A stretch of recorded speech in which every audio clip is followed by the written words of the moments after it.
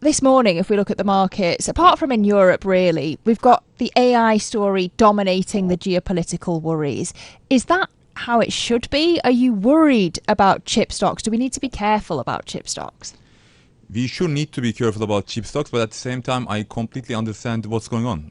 For the moment, the story is very strong. The revenues are there, the earnings are there.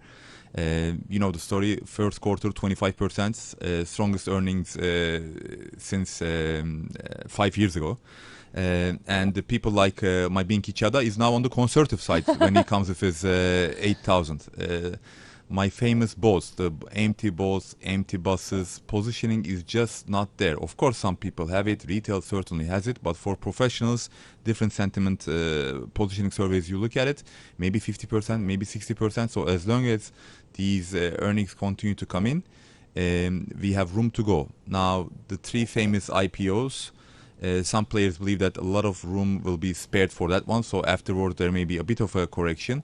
But already we're up at 7,600, so you will find many people willing to buy the dip. Two things may be a threat. One, if we go back to maybe like 7 days ago, 8 days ago mood, rates, if they revisit flirting with US 10-year 475, if the whole talk of 5% US 10-year comes back, mainly because of inflation expectations, because so far the sell-off has been mainly led by real yields. Inflation expectations have been stable. I know it's a big data week, ending with NFP on Friday, but possibly June 10 next week the CPI is even bigger. If that's like a 0.1, even 0.2 beat, then 2022 narrative will get stronger. And of course, Iran, Hormuz, at the moment the holding pattern. Will we get a deal? If people come offside and we get a big escalation, that's not gonna help the risk story. That's not gonna help the AI story. That's not gonna help the rate story. Mm.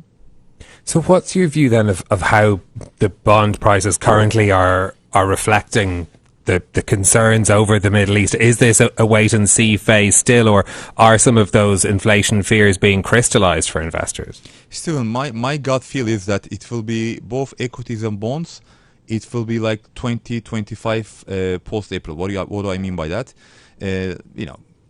Coincidence, but April 9, 2025 was the dip in equities after President Trump found the bond market yippee and started taking steps back on tariffs. We never looked back. We had some corrections, but that was a dip. And this time around, April 9 was when the US administration said the first 2 weeks of true ceasefire, etc. And on the bond side, 468 US 10-year we traded last week. Again, maybe by chance, towards the end of May, right before EuroLeague basketball Final Four, 464 last year we traded. And then summer, some concerning non-farm payroll figures, inflation coming in line, we come down. That's my gut feel. The big risk to that, again I underline, even more than NFP, is June 10. If that's a beat, understandably, more and more sell side and buy side will push for a revisit of 468 US 10-year, if not higher, related to oil as well. Key pulse for you and Lizzy, especially through 7 days ago when I did my roundtables, but 7 days doesn't change much.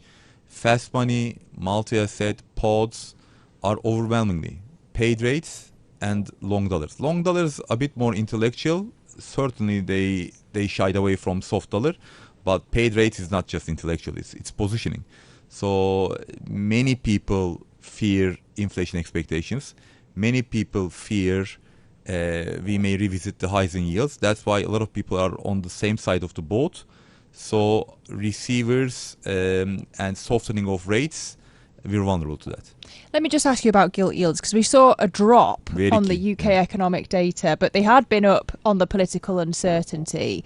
Are investors just kind of waiting to see the result of the by-election for Andy Burnham on June the 18th? I should ask you about the UK because you're covering it wonderfully, but certainly UK and Japan, these are the quote-unquote bad students of the bond market. Since last summer, actually, a lot of people were expecting, so-called fiscal dominance, Trust 2.0 moment, led by UK, led by Japan.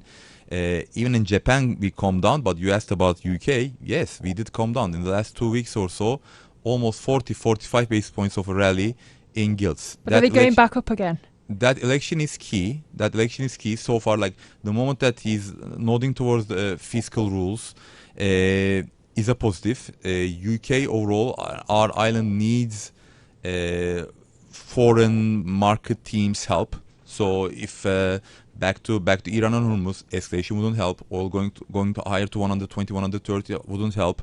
After June 10, bond markets getting in US as well, EP wouldn't help.